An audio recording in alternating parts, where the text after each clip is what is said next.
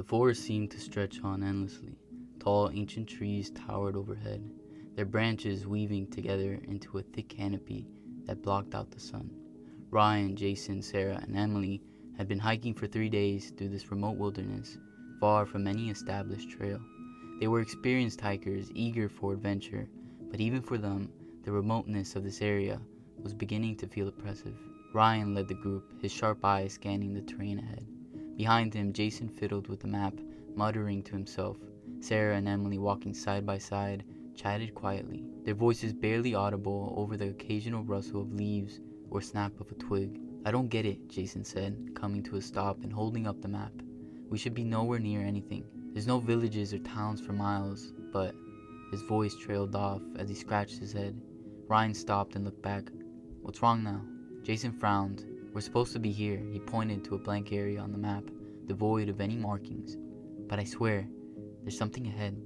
Ryan squinted into the distance, where the trees seemed to thin out slightly. "You're seeing things, man. There's nothing here, just trees and more trees." "No," Emily said suddenly, stepping closer to Jason. "I see it too. Look, right there."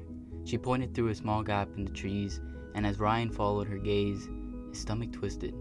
Nestled in a shallow valley just ahead was a small village. The rooftops of several cottages peeked out from behind the trees, their thatched roofs appearing worn and aged. It was as if the forest had swallowed the village, leaving it forgotten and hidden. "That's weird," Sarah said, her voice tinged with curiosity. "Why isn't it on the map?" Jason shook his head. "I have no idea. Maybe it's some old settlement that was abandoned before anyone recorded it." Ryan didn't like this. His instinct screamed at him that something was wrong. Villages like this didn't just appear out of nowhere, especially in such remote areas. But before he could voice his concerns, Emily was already walking forward, intrigued by the mystery. "Come on, we should check it out," she called out over her shoulder. Ryan hesitated, his gut telling him to turn around, but curiosity got the better of the group. He sighed, following reluctantly as they made their way down the slope toward the strange, forgotten village. The village was eerily quiet as they stepped into its boundaries. Stone and wood cottages lined a narrow dirt path that led to a central clearing. Vines crawled over the walls, and the thatch on the roof sagged with the weight of years gone by. There was no movement, no sign of life, yet it didn't feel entirely abandoned. Ryan knelt by one of the fire pits in the middle of the clearing. His hand hovered over the ashes. "These coals are still warm," he said, glancing up at the others. "Someone was here recently, maybe last night." Jason, normally the most practical of the group, felt a shiver crawl down his spine. "Maybe we shouldn't stay here," he said, standing up and dusting off his hands. Sarah, however, was fascinated by the village's rustic beauty. "This place, it's amazing," she said, moving toward one of the cottages. "It's like stepping back in time, or like stepping into a trap," Ryan muttered under his breath, but no one seemed to hear him. They poked around for a while, cautiously exploring the abandoned structures. There was no signs of who had lived here or where they had gone. Dust-covered furniture and old decaying tools filled the cottages, but it was as though the villagers had simply vanished. "We should head back," Ryan said, his voice tight with unease. "The sun's starting to set, and I don't want to be here after dark." Emily looked up at the fading light with concern, but Sarah shook her head. "We can't go back now. It's too far to hike before nightfall. Let's just stay here for the night. It's no different than camping." Ryan's gut twisted again, and he opened his mouth to argue, but Jason cut him off. "She's right, man. It's already getting late. We can leave first thing in the morning." Reluctantly, Ryan agreed, though his skin crawled as they prepared to settle into one of the cottages for the night. As the last rays of sunlight disappeared, a cold, eerie silence fell over the village. The walls of the cottage seemed to close in on them, and Ryan couldn't shake the feeling that they weren't alone.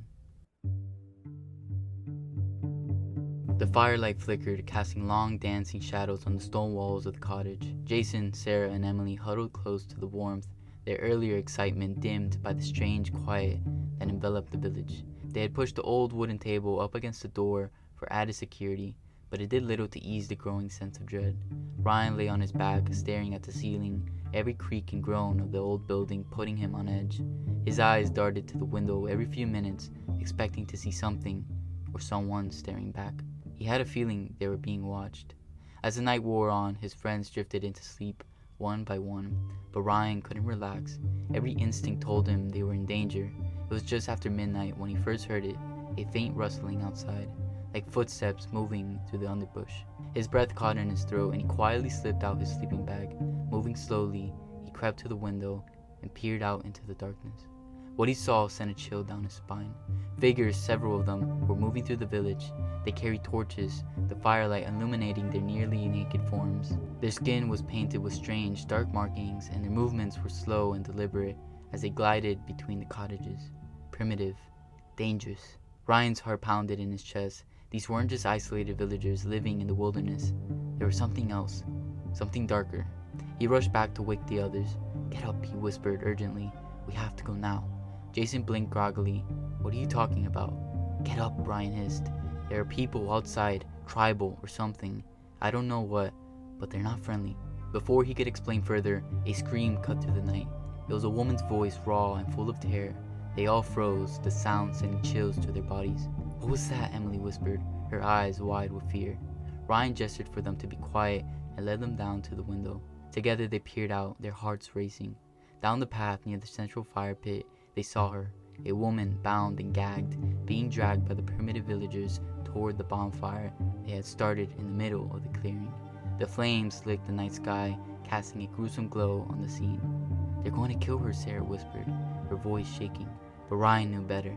These villagers weren't preparing for a sacrifice. "They're going to eat her," he said quietly. The group stared in horror as the villagers began their grotesque preparations. It was no ritual. They were cannibals, and the woman was their next meal. "We need to go," Jason said, backing away from the window. His voice shook with panic. "We need to leave now." Ryan's heart raced as he watched the grotesque scene unfold outside. He could feel the tension growing in the room, the rising fear that gripped each of his friends. "But what about the woman?" Ryan asked, still staring out the window. "We can't just leave her." "We don't have time," Emily snapped, her voice breaking. "They'll come for us next. We have to get out of here before they realize we're here." Ryan knew she was right, but something deep inside him twisted with guilt. He couldn't just leave someone to such a horrible fate. But before he could decide what to do, Sarah's phone rang, the shrill ringtone echoing through the silent night. Every head in the room snapped toward her, the blood drained from her face as she fumbled to silence it. But it was too late. Through the window they saw one of the villagers standing on the hill with a torch, turn and look directly at their cottage. "Oh God," Jason breathed. "They know we're here." Panic exploded through the group as they scrambled for their gear. "We have to run," Ryan said, grabbing his backpack. "Get to the car and we'll figure out what to do." The four friends bolted out of the cottage, their hearts pounding as they raced down the hill. Behind them, the sound of the villagers' guttural yells filled the night air, followed by the unmistakable sound of footsteps. The cannibals were chasing them. As they reached the edge of the village, Ryan made a split-second decision. "You guys go," he shouted. "I'm going to help her." "Ryan, no," Emily cried, but he had already turned back toward the village, his mind set. He couldn't leave her behind. His friends disappeared into the forest, leaving Ryan alone to face the horror he was about to step into. He circled back, keeping low to avoid being seen by the villagers. His heart pounded in his chest as he neared the bonfire, where the woman still lay tied up. One of the cannibals stood guard, his face painted with strange symbols, a crude weapon in his hand. Ryan crept closer, the fire casting flickering shadows on his face. He had to be careful. One wrong move, and it would all be over. But just as he reached the woman, her eyes met his, and she let out a nervous whimper. The guard's head snapped around, locking eyes with Ryan. Without hesitation, Ryan lunged at him, tackling the man to the ground.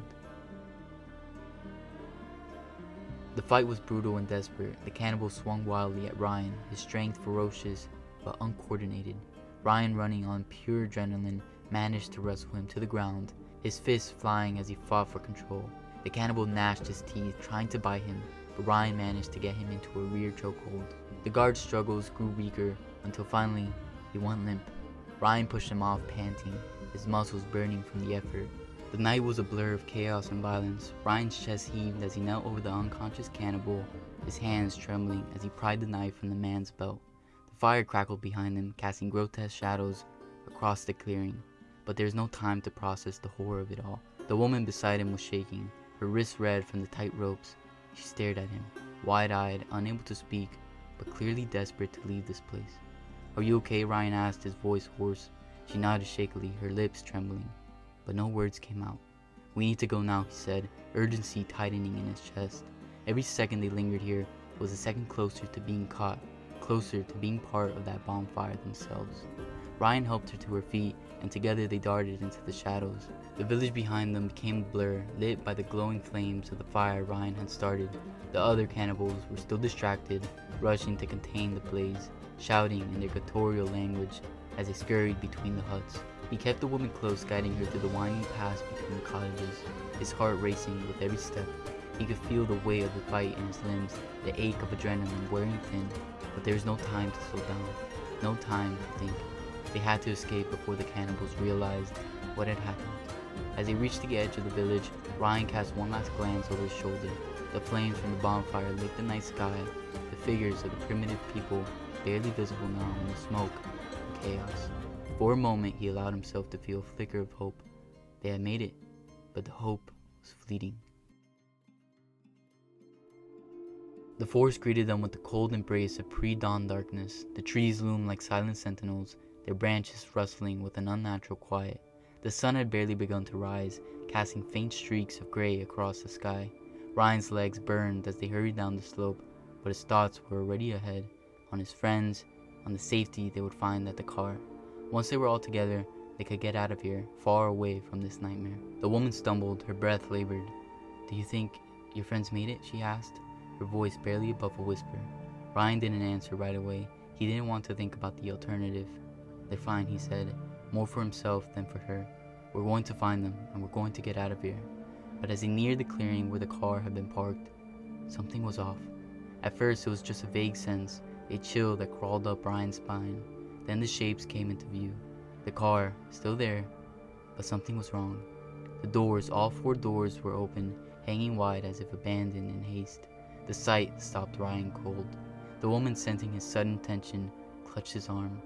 "What is it?" Ryan stepped forward, his stomach twisting. The ground near the car was littered with their belongings. Jason's backpack, Sarah's jacket, Emily's phone, its screen cracked and flickering weakly. They were scattered hazardly, as though dropped in panic, but there was no sign of his friends. "No," Ryan whispered, his voice breaking. "No, this can't be happening." He rushed into the car, his eyes scanning the ground, searching for any clue, any sign of where they might have gone. His fingers brushed over Sarah's jacket, the fabric still warm from the day's sun. They had been here, so close, but now they were gone. "They must have run," the woman said, her voice trembling. "Maybe they ran when the villagers were chasing them." Ryan wasn't so sure. There was something about the way everything was left behind. The bags, the phone, the open doors. It wasn't just panic. It was too sudden, too violent. "Jason? Emily?" he called out, his voice echoing through the trees. "Sarah?"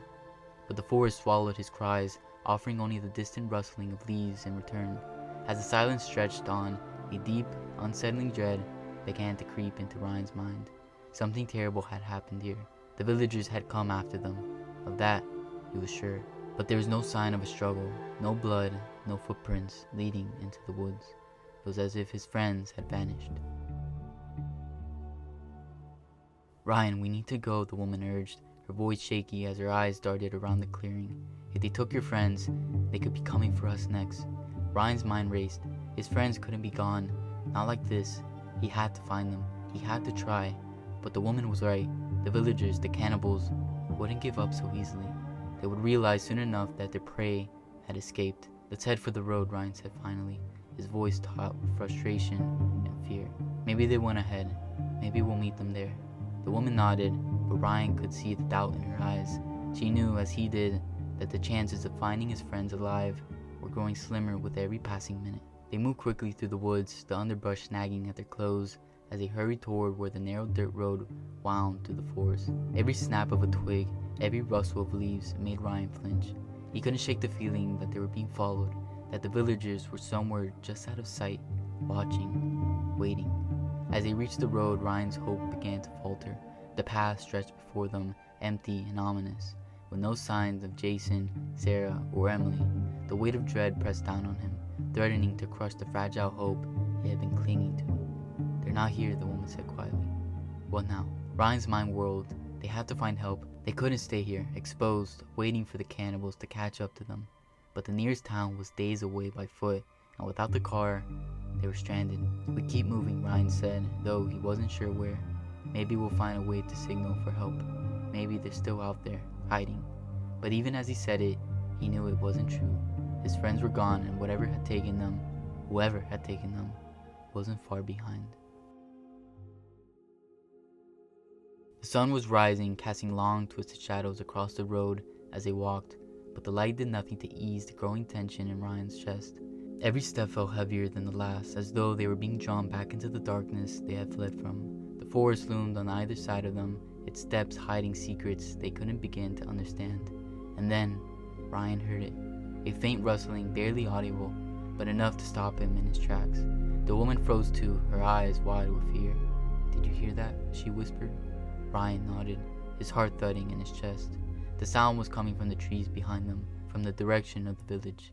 It was slow, deliberate, like something or someone was moving through the underbrush, getting closer. "They're coming," she whispered, her voice trembling with fear. Ryan's pulse quickened as he grabbed her hand. "We need to run. Now." But before they could move, a figure stepped out of the woods ahead of them. Ryan's breath caught in his throat as his eyes met the familiar face. Jason. His clothes were torn, his face pale, his eyes wide with fear. But there was something off about him. He wasn't moving, just standing there, staring at them. "Jason?" Ryan called out, taking a tentative step forward. "What happened? Where are the others?" Jason didn't respond. He didn't blink. He just stood there, motionless, his eyes locked on Ryan's. And then Ryan saw it, the faint smear of blood on Jason's shirt, the way his body swayed slightly, as if he were fighting to remain standing. "Jason?" Ryan's voice cracked, his heart pounding in his ears. The woman tugged at his arms, her voice urgent. "Ryan, we need to go. Now." But before they could move, Jason's lips parted and he spoke in a voice that wasn't his own. "They're already gone." Ryan's blood ran cold as a rustling sound filled the air behind them. More figures were emerging from the trees, silent, ghostly shapes moving towards them with a terrifying grace, and among them were faces he recognized. Emily, Sarah, their eyes vacant, their bodies twisted in unnatural ways. "They're gone," Jason repeated, his voice echoing through the empty road. Ryan's heart pounded as he turned to run, but it was too late. The figures from the woods were closing in, faster than he could have imagined. His friends, his best friends, were now part of whatever dark force controlled this place. The woman screamed as the figures descended on them, their hollow eyes fixed, their movements no longer human. As Ryan ran, his mind raced, searching for an escape, but the truth clawed at the edges of his thoughts. Whatever had taken his friends wasn't just from this village. It was something older, something darker, and now it wanted him. The forest closed in, the road stretching endlessly ahead, but there was no escape. The village, the cannibals, the twisted fates of his friends, they were all a part of a nightmare that Ryan couldn't wake up from. And as the first of the figures grabbed his arm, pulling him into the darkness, Ryan understood the terrible truth.